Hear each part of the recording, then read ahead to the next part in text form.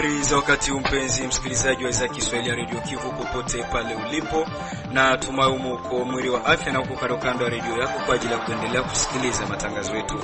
Kwa moyo mkunjufu kabisa na kukaribisha kuweza kufuata uchambuzi wa habari zetu siku ya leo, ambao unajumuisha na ukurasa wa habari muhimu, ripoti za ripoti kutoka eneo mbalimbali, ukurasa wa habari za michezo pamoja na habari za kitaifa na zile za kimataifa. Naitwa Safari Alimasi, mchambuzi wako wa leo, na saidiwa mitamboni naye Jean Ekala Jaden, na kualika uweze kunitegea sikio mwanzo hadi mwisho wa uchambuzi wa habari. Nasema karibu.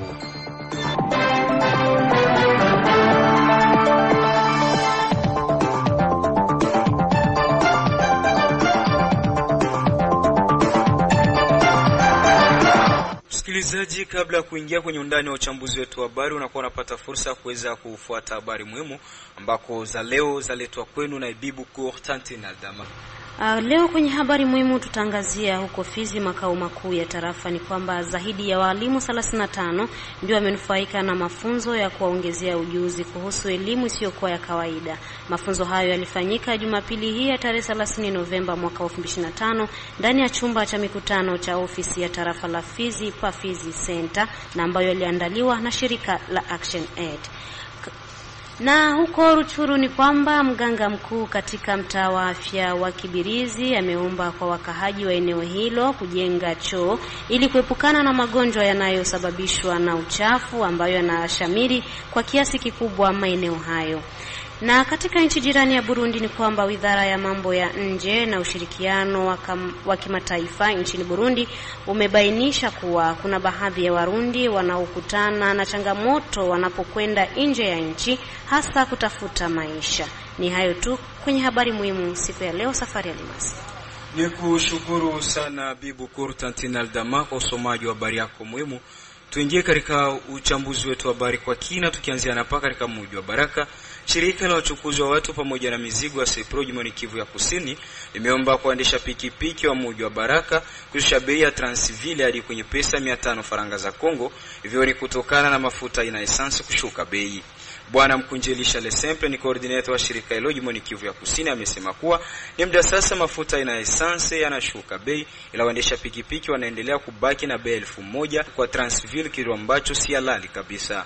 Ni swala la kushangaza sana kuona kwamba wa transporteur wanaendelea kushikilia bei ya Transville makusanville mu 1000 francs congolais mu vile ya Baraka, wakati ambapo karibira imesha shuka bei.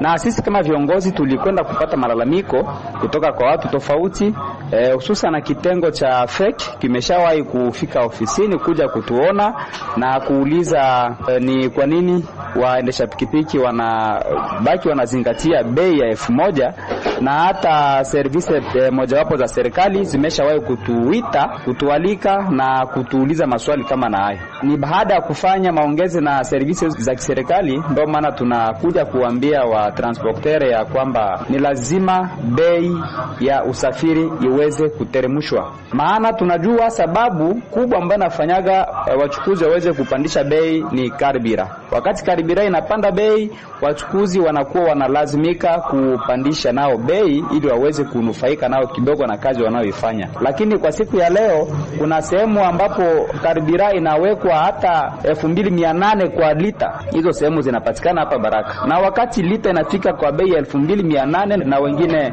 3000 lita moja, sijui kwa nini waendesha pikipiki wanaweza kuangania bei ya Transville mu 1000 francs. Ile nao itakuwa ni trakasiriko pande wao, wananyanyasa raia, na hatuwezi kufumbia macho swala hilo. Na wakati tulifanya mahojiano na waendesha pikipiki, waliweza kutuambia kwamba versema zinapanda, wengine wakasema kwamba hizo versema kupanda lingana na bei ambazo pikipiki zinanunuliwa kwa leo. Kwa maana hiyo tuliweza kukamata nafasi hii kwa kupana angalisho kwa wale watu wa maison de vente za mamoto ambao hawataki kuheshimu officiel ya gouvernement congolais.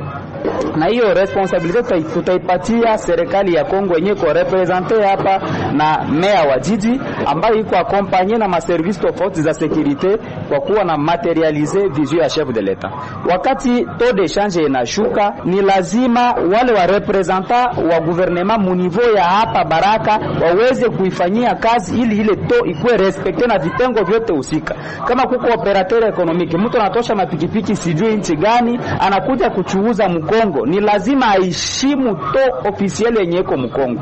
Na hiyo utakuta kama watu wanakuwa kila mtu iko na taux yake, c'est parce que serikali iko na faiblesse. Na kama nasema serikali inaanza kwa maire de la ville na vitengo vyote ambavyo yeye anatumika navyo. Ni yeye mwenyewe anarepresenter serikali hapo. Pourquoi moto zinaweza kwa zinauzikana moto ya 2700 2800 alors que ile taux haiexiste?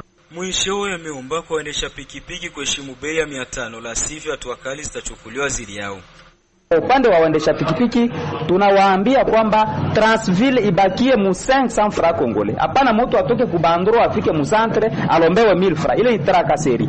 Tutaweza kufanya kikao hivi karibuni na maservisi ya securite juu ya kuangalia namna gani tutakuwa tunatrete wale watu wa recalcitrant, wale ambao watakataa kuheshimu bei ambayo tunatangaza.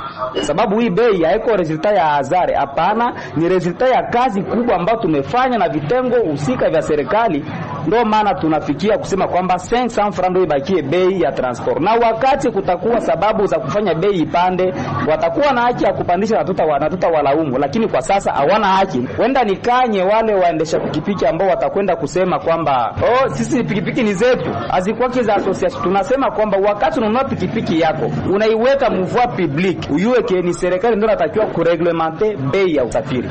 Bei ya usafiri haikuwa kinapangiwa tu na wewe juu uliuza pikipiki yako na weka mbarabara unaanza panga bei yako inatoka mkicho yako. Hapana, ifo bei ikuwe reglementer na gouvernement. Na kuko kitengo ambacho kinahusika na ile kazi. Na ile kitengo ambayo inahusika ndio sisi tulikwenda kuonana nayo na tukaweza kusikilizana kwamba kulingana na hali ya karibira kuteremuka na vinginevyo Transville muvile Baraka ibakie 500 francs congolais. Kwa hiyo kwa kila raia mwenye kuwa muvile Baraka ambaye anatumia pikipiki tunawaambia kwamba kwa sasa bei ya Transville ni 500 francs congolais. Tosha mtu kubandro, tosha mtu mwemezi, kama unafanya naye makursi ni muvile ni 500 francs congolais. Hakuna mtu wa kukulomba 1000 francs. Kama anakulomba 1000 francs, wende kwa ofisi yetu yenye kuwa karibuni, mubebe tu mpaka kwa ofisi yetu yenye kuwa karibuni, tutaita ma service za securite zimuweke nguvuni ili aweze kujustifie pourquoi analipisha 1000 francs kwa mtu, sababu ile hadi sasa tunakonsidere kuwa ni bwizi. Wakati transporteur anagangania kulipisha moto 1000 francs, kwetu ni bwizi na hatutafumbia macho, lazima tusanctione ile makosa. Na hivi sasa tujielekeze katika manispa Katanga ambako kundi la wanamemba wa kumepambazuka na Radio Kivu imeendesha kikao mjini Baraka katika manispa Katanga Jumapili ya tariki 30 Novemba 2025, kikao ambacho kilenga kuhamasisha wananchi kujiunga na kundi hilo. Kabos Fone ni kiongozi wa kundi la kumepambazuka na Radio Kivu, ameeleza mengi kuhusu yale yaliyofanyika katika eneo hilo la Katanga. Kwanza nashukuru sana kwa watu wote ambao wamenufaika kufika kwa wingi sana kwenye kikao hiki wa kutoka sehemu fulani ngambo na ngambo kuja kushindikiza kikao ambacho tunakifanya katika komine ya Katanga. Kikao kimeendeshwa vizuri, wanamemba wengi wamejiunga kuwa wanamemba wa Radio Communautaire Kivu, hasa kwa kipindi cha kumepambazuka na Radio Kivu. Tumeongelea mambo mengi sana kwa ajili ya kuendelesha radio, kwa ajili ya michango ambayo itapanua watu wengi na zamiri za wengine watu ambao walikuwa wanadhani wenda kikundi hiki ni kwa farser. Lakini walio wengi walikuwa ona ya kwamba mambo ambayo tumeyazungumza katika kikao ni mambo ambayo yamefurahisha watu wengi. Ndio kwa maana walio wengi walijitolea kusema ya kwamba kuanzia leo hivi sasa tunafanya kikao wanakuwa wanamemba rasmi wa Radio Communautaire Kivu. Natoa ujumbe kusema ya kwamba l'an 2026 tunapangilia yalio mengi, miradi ya kuendelesha kundi. Wale ambao tayari walichelewa l'an 2025 waje wajiunge kwa wingi, tuanze 2026 na watu wengi kabisa ili tuendeleshe miradi ya Radio Communautaire Kivu na wanamemba pia. Nao wanamemba waliojumuika katika kikao hicho walikuwa na haya ya kuongea. Mwenyezi Mungu alinipatia fursa ya mimi kusanyika na Radio Kivu RCK. Fuatana na hii kikao ya hapa kwetu Katanga, nimefurahi sana tena sana. Hii ndio maendeleo. Na kwa hiyo mie Tangia leo hivi mimi nitakuwa mwanamemba wa kabambi sana kwa hii radio yetu ya RCK. Nitawaambia wengine wajumuike, sote tuwe pamoja, tuendeleze hii radio yetu ya RCK, Radio Kivu. Kufuatana na hiki kikao chenye tulijumuika hapa mji wa Katanga kuhusu hii club yetu ya kumepambazuka na Radio Kivu. Cha kwanza mimi naipenda sana hii kikao ya kumepambazuka na Radio Kivu juu ni kikao cha maendeleo. Hii club yetu ni ya mzuri, ni club ya maendeleo. Na naweza penda hata juu mimi ni mwanamke na naweza penda kuhamasisha wengine wenzangu wanamke akwe mwanamke na wanaume wote vile vile bakwenda juhudi ya kukuwa na participate kwa vikao yetu ya kumepambazuka na Radio Kivu. Ndiyo kabisa, tumeshukuru sana. Mimi wakati nilipofuata redio nikasikia kuna kipindi ambacho kitapita huko Katanga, kuna renew itapitika huko, ilibidi nifunge safari niende nikajisikilie, kwa sababu Waswahili walisema usikatae wito ila kataa neno. Basi nilifunga safari moja nikakuja hapa. Katika kikao kilichozungumzwa huku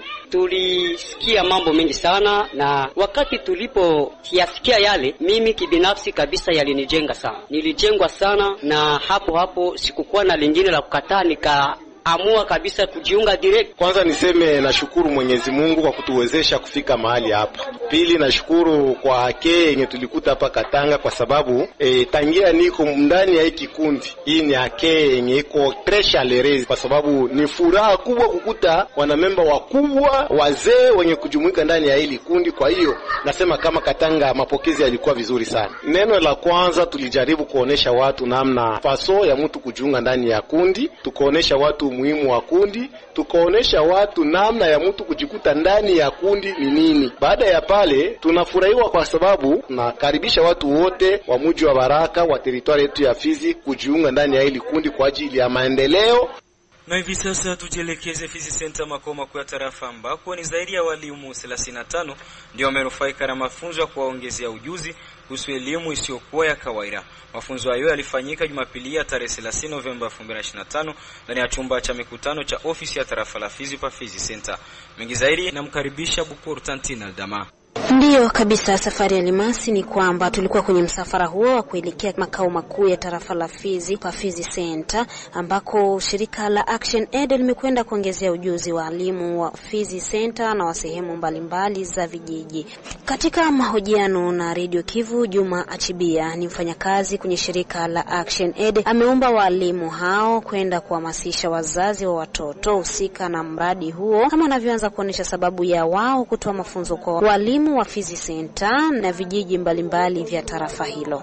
Hatukulenga walimu hapa Fizi, yani tuna communauté projet, mradi huu unatumika na communauté 22. Hapa Fizi tumelenga communauté 10 za Nyanza za juu, na formation suite ya hii itakuwa Baraka hapo juma kesho, itakuwa Baraka. Kwa hii formation ya kulenga walimu na walimu wenyewe watalenga watoto, huku tumefanya na communauté 10 na kule kutafanyika na communauté 12. Kuna umuhimu mkubwa sana, yani yote yanapitia kwenye walimu. Wakati wa vita watoto wanaona vitu vingi, wako na stress, waliona hali ya vita, wanaona gisi wanaua watu. Sasa ile yote kichwani mwao mko hali ya mbaya ya stress ya kutokufuata tena hali ya masomo. Ndio maana tumependa tuwalenge hao walimu, wafunzwe, waongezewe ujuzi pour que na wenyewe waende waencadrer, wafundishe wale watoto muda wa miezi 6 ijayo. Ilikuwa walimu 40. Kila centre imeleta walimu 10. Hapa tumelenga centre 10, walimu wane wa kila centre. Maana tumepata walimu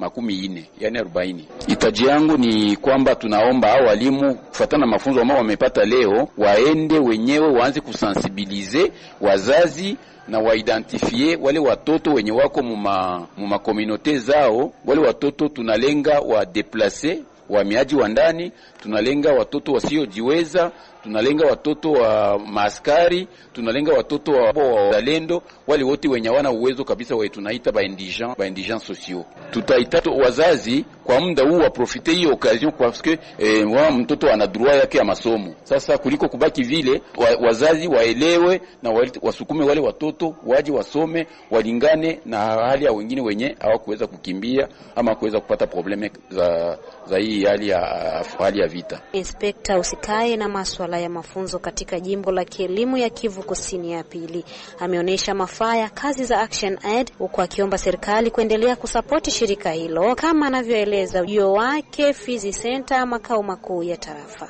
Tunapatikana Fizi kwa ajili ya kazi ili kuwafunza walimu wa maekole parteneri ya Action Aid. Kazi ya Action Aid inasaidia jamii hasa zaidi mu elimu, inasaidia walimu kuwapatia material nao wanaenda kuipatia watoto, nayo ile inakuwa kama cycle na tusaidia ku renforcer capacité ya walimu na pia ku renouveler qualité ya enseignement ya Kongo. Tulitandre mkono kulomba Action Aid tusaidie kwa ajili ya kuendelea kuboresha elimu wetu mu Republique, surtout wakati ya context ya guerre. Tunaweza kuambia merci kwa kukubali mkono tuliwanyoreshea na kubalia kama tutaendelea nao pamoja. Tunashukuru kwa kazi ambao wanaendelea kufanya kwa kuunga serikali mkono. Walimu wenye walinufaika na mafunzo hayo wamesema kuridhika kwa mafunzo lililotolewa na inspekta huyo, kama wanavyotoa shukrani zao na kile ambacho walionufaika nacho kwenye mafunzo hayo. Tuwasikilize. Shirika la Action Aid limekuja hapa Fizi kwa ajili ya kufunza watu jinsi kufundisha watoto. Tu inalenga wale watoto wa deplace, wale wenye wanakimbia, wenye jamaa zabo hazina uwezo wa kuuzia mtoto ngui ya masomo, kilato, yani pale ndio wanakuya juu kufundisha wale watoto. Mafunzo yamepita tu mwali ya mzuri sana. Vraiment inspecteur alituforme sawa jinsi ya kufundisha, jinsi ya kufanya na mikakati yote akatuambia, yani ilipita sawa kabisa. Mimi ujumbe wangu kwa Action Aid nasema tu Mungu awabariki na wazidi kwa tu na hii moyo, na serikali izidi tu kuwapatia zingine financement fulani porque wakuye encadrer watoto sasa venyewe wanakuya hii tour. Vraiment Mungu azidi kuajalia. Mkazi wa Mkera, mimi nilikuwa kuformation ya Action Aid, ilikuwa natufundisha kuhusu namna gani tunaweza tafuta bale watoto wenye abasomaki na abasomaki juu ya nini, na bale wengine watoto balikimbiaka bakakuya ikala Mkera abasomaki manake banabakia kunyumba. Bakatufundisha namna gani gisi tunaweza tafuta bale watoto mkominote kule Mkera, tunaregistre bale watoto kwa nyumba zao kwenye kuko bazazi yao, na tujue kama eske baliacha masomo juu ya kukimbia ama baliacha masomo juu ya mwai kukosekana. Bakatuambia tunaweza tafuta tabakaaji bale wana ba deplace iko mkaaji wa Mkera, lakini pale Mkera ana mwai ya kutia mtoto kwenye masomo. Bale watoto bote balituambia tubatafute, na ile ilitufurahisha sana. Kufuatana na mafunzo kwa ajili ya Action Aid tunazisema kufuatana na zile kazi za Action Aid zinatumikia sie raia, maana yake sie raia tuko tunakuwa tunafurahi sana juu kuko bazazi mama banakatalaka watoto yao wasicheze na wengine, lakini kupitia Action Aid wanaanza kucheza na wengine. Kuko bazazi mama banasema kaseme mtoto wangu aweze enda kusoma mara pili kusiku, lakini kupitia Action Aid na ile mafundisho yanafundisha mtoto hivi anapaswa rudia tena kwa masomo ila elewa zaidi. Bazazi mingi wanaanza acha watoto huru, mtoto akisema ndaenda soma tena kwa masomo mara pili hata uliza mtoto makesio ya mingi juu Action Aid ilishabaelewesha kila kitu. Naisha hapa Fizi Center, yani hapa sisi tulikuwa kwenye mkusanyiko ya Action Aid, walikuwa tualika walimu wa shule fulani hapa, walikuwa na mafunzo ambao walikuja kutufunza. Baada ya mafunzo mimi kwanza nimefurahi sana, maana walinielimisha sana kwa mambo ambayo naweza nikayafanya kwa kuwafundisha watoto shuleni. Kumulangu sasa mimi nimewajibika kwa tafuta wanafunzi watoto wenye walikuwa katika mitaa mbalimbali ni wapeleke shuleni wapate elimu. Katika jamii inaendeleza jamii na kutoa ujinga katika jamii. Action Aid tunashukuru sana, tunashukuru tena sana.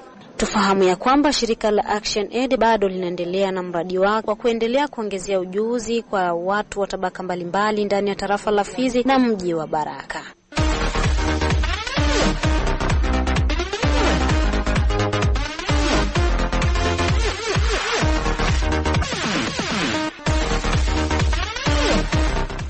Na tayari kipenga kimelia na mkaribisha Sudi wa Sudi Valente kwa habari za michezo. Karibu Sudi.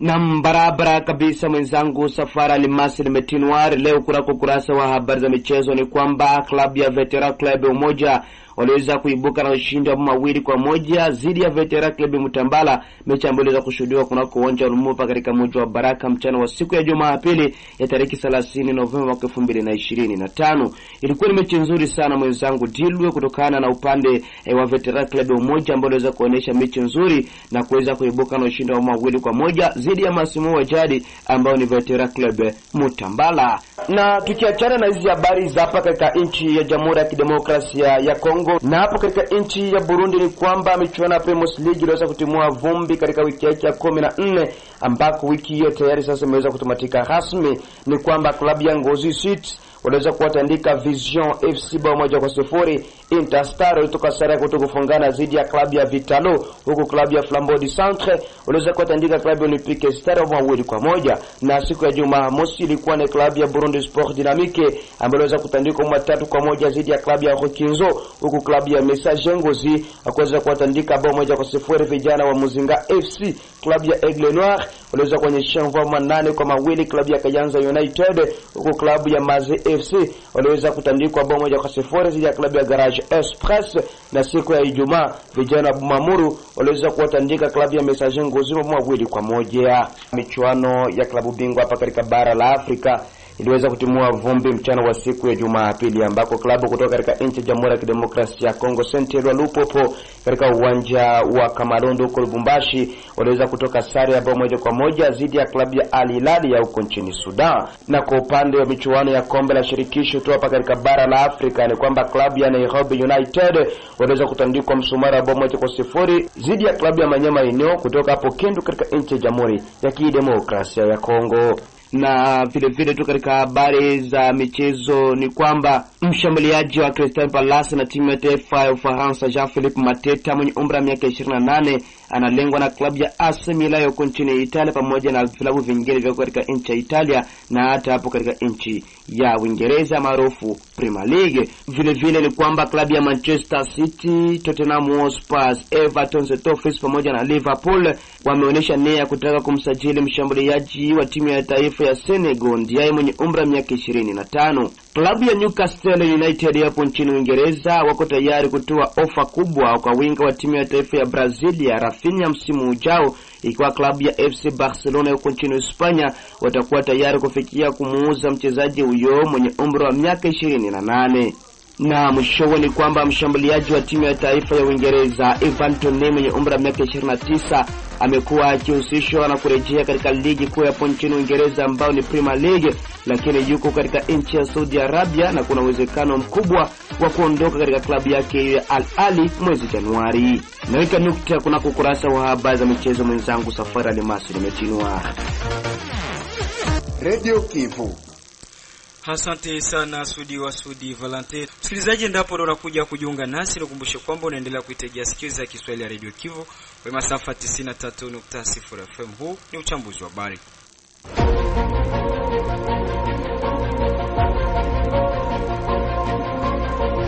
Ukitaka kutengenezesha vyombo vya kielektronic na kununua vifaa vyake vya akiba ima pièce de rechange, jibu lako ni kampuni ya BBC Elia Baraka Aibaz. Na huko Biambwe katika mkoa wa Kivu ya Kaskazini kwamba malida wa kijiji cha Biambwe groupment ya Muvunyi Karuba tarafani Masisi imani Kivu ya Kaskazini wanataja kuwa raia wa eneo hilo wanapitia hali ngumu ya maisha, hasa kuenea kwa maji yanayosababishwa na mvua zinazonyesha mara kwa mara na kupelekea raia wengi kuyama makazi yao. Mmoja kati ya malida katika kijiji hicho ameomba kwa serikali na mashirika ya kiutu kwa ajili ya msaada wakaji hao ambao wanazidi kuhangaika. Shida ni nyingi ambazo wakaaji wa Bihambo wako nakutanana nazo. Unajua haiyakuwa muda mrefu wakaaji wamerudia ndani ya mgeni, na yengine shida ambayo imejitokeza ni shida ya maji ambayo iko na yala ikivamia watu ikiingia ndani ya manyumba, na leo hii imefikia hatua ya kufunga na mawese mpaka jinsi watu kwa sasa na matwalete hawana, kila mtu anajisaidia kivyake, na ile yote ina expose watu wote kwa magonjwa mbalimbali kama vile kolera na yengine magonjwa. Ni kusema wakaaji hapa wanapitishia maisha magumu. Na huko Ruchuru katika mkoa huu wa Kivu ya Kaskazini kwamba mganga mkuu katika mtaa wa afya wa Kibirizi ameomba kwa wakaaji wa eneo hilo kujenga choo ili kuepukana na magonjwa yanayosababishwa na uchafu ambao unashamiri kwa kiasi kikubwa maeneo hayo. Bwana Jeremy Malimingi ni mwakilishi wa mganga mkuu wa mtaa wa afya tarafani Ruchuru jimboni Kivu ya Kaskazini amesema kuwa watu wengi katika mtaa wa afya hawana vyoo, hilo ambacho kinaleta magonjwa mengi hasa yanayosababishwa na uchafu. Zone yetu ya Kibirizi kwa vile mnajua inaanzia ngambo za Vichumbi mpaka kule Ibuga. Kwa leo sasa tunakuwa na watu 1444 na 452. Kwa kimombo tungesema 444452 habitants. Lakini kuhusu usafi wa choo tuko kuwasili 100 ngapi? Kwa watu 100, 5 ndio wanaokuwa na wese ambazo zinakuwa safi. Manake zone de santé iko 5% ya yenye tungesema latrine hygienique. Manake watu wengi kama vile mkurugenzi ametoka kusema ya kuwa ni muhimu kusema tukue na wese, lakini wachache ndio wenye wako na wese zenye ziko safi. Hivi na kwa ajili ya ile siku ya leo ni ya maana kusudi tuweze kuwaza namna gani tunaweza kutoka kwa hizo nyumba 5 juu ya 100 tuelekee 10, tuelekee 12, tuelekee 15 au 50%. Na kwenye habari za kitaifa ni kwamba waziri wa taifa husika na madini nchini DRC Louis Watum Kabamba amesema kuwa dola bilioni 50 ndio zinatarajiwa kutengwa katika mradi wa uzalishaji wa chuma. Mengi zaidi na Isaac Mulucha Shibe. Ndio safari alimasi. Waziri wa taifa husika na madini nchini Kongo Louis Watum Kabamba ameeleza kwa kina wiki hii katika kongamano la kiuchumi na mkutano lililofanyika Kinshasa kuhusu mradi mkubwa wa uzalishaji wa madini ya aina ya chuma katika eneo la Grand Oriental ambao anauwasilisha kama mradi wa kimuundo kwa ajili ya DRC. Waziri huyo alisema kuwa nchi inakadiriwa kuwa na takriban tani bilioni 20 za madini ya chuma katika eneo hilo, isitoshe kwamba akihakikisha kuwa machimbo hayo yatatumika kwa kiwango kikubwa. Alifafanua pia kuwa gesi inayochimbwa kutoka ziwa Kivu inaweza kusafirishwa kupitia bomba la gesi hadi eneo hilo ili kuzalisha vipande vya chuma safi na baadaye kutengeneza chuma kwa viwandani. Louis Watum alieleza kuwa maandalizi ya mradi huo yamepiga hatua kubwa na utawasilishwa hivi karibuni kwenye kamati ya mawaziri kabla ya kuwasilishwa serikalini, huku akiongeza kuwa washirika tayari wapo tayari kufadhili uwekezaji unaotarajiwa unakadiriwa kuwa zaidi ya dola bilioni 50 kama ulivyoeleza safari alimasi. Aliongeza kuwa njia ya usafirishaji inayozunguka mradi huo itajumuisha maeneo ya viwanda na maeneo maalum ya kiuchumi pamoja na vituo vya kuzalisha umeme wa maji vitakavyotoa nishati inayohitajika. Akigusia suala la muunganiko wa maeneo ya nchi, waziri alikumbusha kuwa DRC imekuwa ikifanya kazi katika kanda 3 za kiuchumi: mashariki inayoelekezwa Nairobi, kusini kunakoelekea Afrika Kusini na magharibi kuelekea Atlantiki. Kupitia mradi huu wa reli tutaunganisha DRC nzima kuanzia kaskazini hadi kusini, mashariki hadi magharibi, tutakuwa taifa moja, alisema, akirejelea reli kuu inayopangwa kutoka Grand Oriental hadi Banana. Mradi wa aina hii ndio tunataka kutekeleza wakati wa kipindi chetu cha uongozi, miradi ya kimuundo ya kweli, alihitimisha Louis Watum Kabamba. Asante Isaac Mulucha kwa habari hizo za kitaifa. Tukamilisha uchambuzi wa habari na habari za kimataifa. Huko Burundi ni kwamba Wizara ya Mambo ya Nje ushirikiano wa kimataifa nchini Burundi imebainisha kuwa kuna baadhi ya Warundi wanaokutana na changamoto nyingi wanapokwenda nje ya nchi, hasa kutafuta maisha kila siku. Mengi zaidi na Bukuru Elias Daniel kutoka huko katika nchi ya Burundi. Katika mkutano na waandishi wa habari mjini Bujumbura, waziri wa mambo ya nje Barozi Edward Bizimana amesema licha ya wanaokwenda nje ya nchi kinyume cha sheria iko katika utafuta maisha bora, wanawasaidia katika utatua changamoto wanazokutana nazo kwa kushirikiana na mashirika ya kimataifa. Amewataka Warundi wanaokwenda nje ya nchi kuweka tahadhari katika kuepuka kutapeliwa na mashirika yasiyotambuliwa na serikali. Abagenda ukwabo bijanye ni benshi gose kandi n'ubu baguma bagenda iyo bagize ingorane biratugora ingene tubakingira aje ma agence tumaze kumva tumaze kusinyira amasezerano na ministeri yacu. Wanaokwenda kwa kujipeleka wao wenyewe ni wengi sana, na hadi kufikia sasa bado wanakwenda nje ya nchi, na wanapopata matatizo inakuwa vigumu kuwasaidia. Kuna mashirika ambayo yaliingia makubaliano na wizara, na kuna mengine yanayofanya kazi kwa kificho na watu wengi huibiwa.